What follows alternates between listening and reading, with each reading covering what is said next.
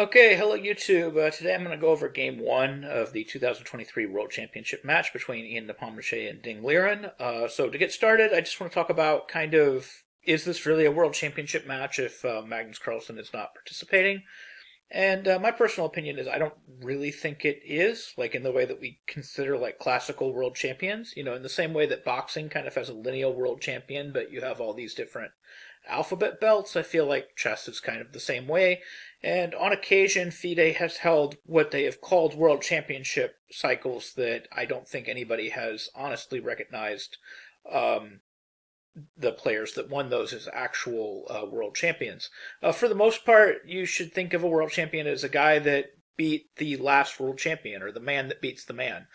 So until somebody beats Carlsen or unless Carlsen, stops playing chess altogether, I don't think that we can consider this an official world championship match between Nepomniachtchi and Ding Liren for who we consider the classical world champion.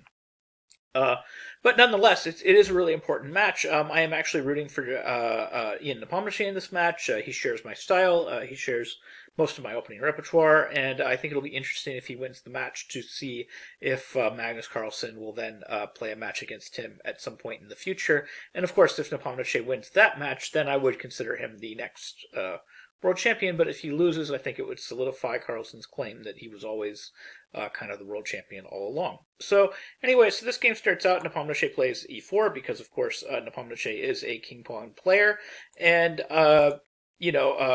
Ding Liren responds with e5, so we're going to see knight f3, knight c6, we're going to see bishop b5. So this is going to be, I think, a frustration for Ian Nepomniachtchi, throughout this match, is just going to be trying to figure out how to get anything with the white pieces with e4. It's been very difficult for a lot of players with e4 to get anything against e5 for a really long time. Both the Roy Lopez and the Italian game seem to kind of be used interchangeably at the top levels, and neither one is yielding much more than a very, very slight advantage, and I think that's something that he's going to struggle with against Ding Liren to see if he can actually score points with the white pieces in these Roy Lopez or Italian game positions.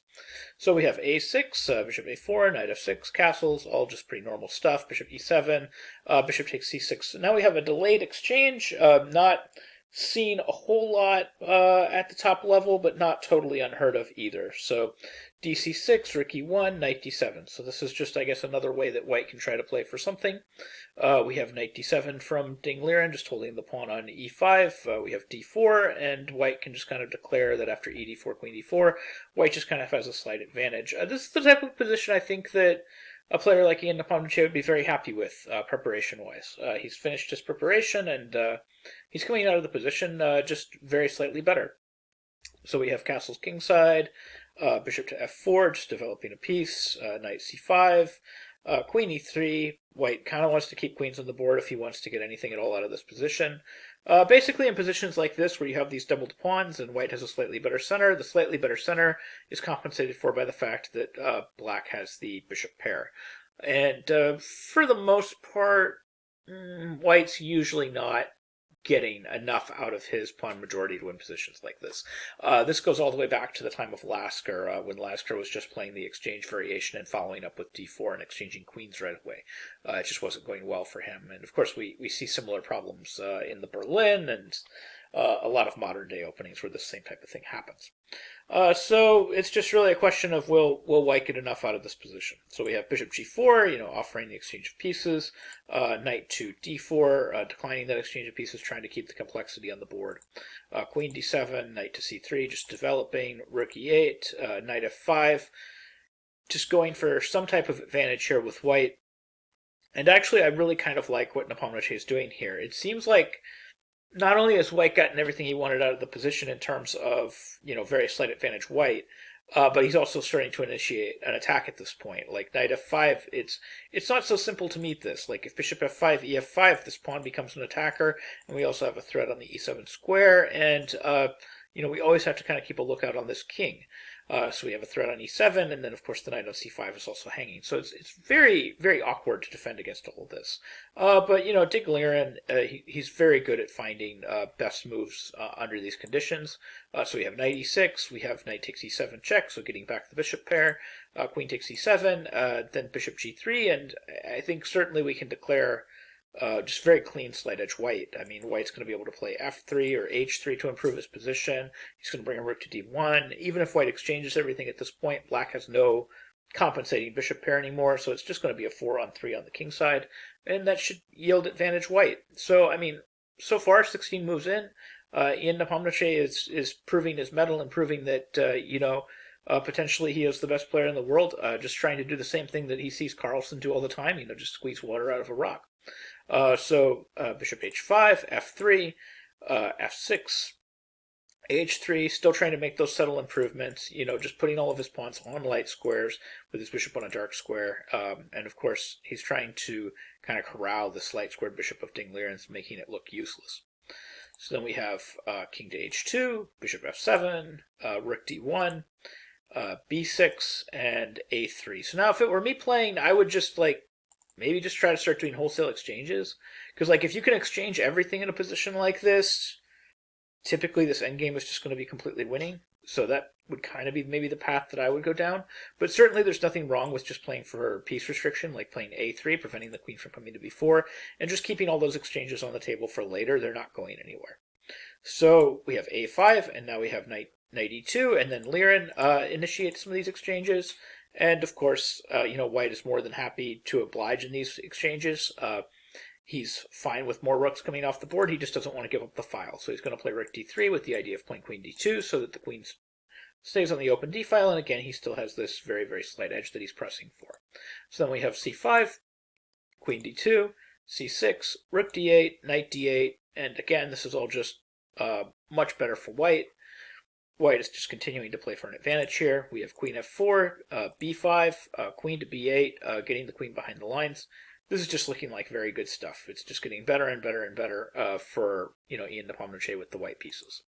So king h7, bishop d6, just again trying to force all this stuff home. Queen d7, knight g3, his pieces just continue to find improvements. And now knight e6, pawn to f4. h5, c3, c5, h4, queen d8, and we have queen b7, bishop to e8, knight f5, queen d7, and here we have queen b8. So white's position is pretty spectacular, so it's kind of interesting to ask the question, at a certain point, how does white continue to improve? Because white should definitely have some type of huge advantage here. So the only question is how to continue to improve from here when all of your pieces are just on absolutely ideal squares. So what Ding Liren did is he played queen d8, and all he's trying to do is just get rid of some of white's pieces. He's trying to eliminate some of these pieces.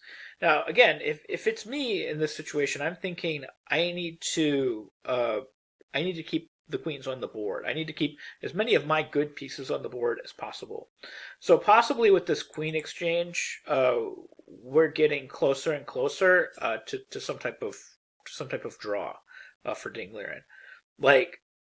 I think white is still better in this position. I think white still has an advantage. He has the 4-on-2. He has the some really well placed pieces, but we're getting closer and closer to that draw territory just because the material is still even and it's not so clear that white has a breakthrough. So I'd have been less inclined to make that queen exchange if I'd been Nepomniachtchi. I would have tried to find some way to keep those queens on the board and keep that pressure alive.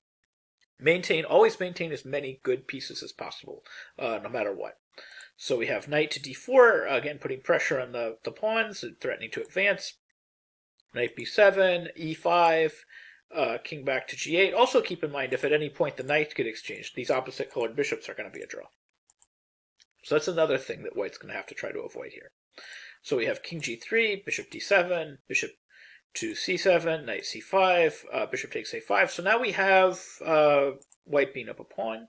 But unfortunately, at this point, once white wins this pawn, it just becomes almost devastatingly clear that we're just not going to get anything out of this position anymore. Too many pawns are coming off the board. Pawns are getting exchanged at this point. So, for example, after king to f7, we have bishop to b4, knight to b3, and there's no way to hold all the pawns that we have in this position. We have to start giving some of them up. And unfortunately, Ding Liren is just an accurate enough player that he was going to play this position correctly enough that enough pawns were going to come off the board that basically just nothing was going to happen. So it continues with e6. So, a little bit of a trick here. We're trying to, keep things alive, but bishop e6 got played. So knight c6, and I think, maybe the last thing that you can kind of hope for is maybe that they play just, knight b2 a little bit prematurely, and then we can play something like, knight to d8, and then that bishop on e6 is hanging. So it's kind of a cute little tactic that's left in the position, a little bit of a trap, but as long as Liren doesn't play knight b2 after bishop d7, knight d4, knight b2, king to f3, yeah, white still objectively has a slightly better position, but nothing's going to come from this anymore. So now knight d3, g3, knight c1, king e3, and they just decide to shake hands because there's nothing here anymore. After Ding Liren's weakness got erased for the pawn on b2, there's just nothing left to play for. So that was a very good game. I think by Nepomucene, even though he didn't quite have the technique to push it forward and finally get the win. And of course, it was a very good game by Ding Liren, just hanging on in a position where he was slightly worse for the vast majority of the game, and managing to find just the one and only line that managed to equalize going through. So we'll just see what the rest of this match has to hold. The first game is just very, very fascinating. Again, I think it would be very exciting, I think, if Ian Nepomucene won the match, and then we had like a match between Magnus Carlsen and Ian Nepomucene. I'm, of course, rooting for Ian Nepomucene, but I do like both of these players. So, really, if either player wins, either Ian Nepomucene or Ding Liren, I think that would be a good thing for the chess world. So, I think we have a very interesting match ahead of us. And, anyways, this was my coverage of Game 1. I hope you enjoyed my analysis, and I hope you found it interesting, and I hope you learned something new about chess. Thank you very much for watching.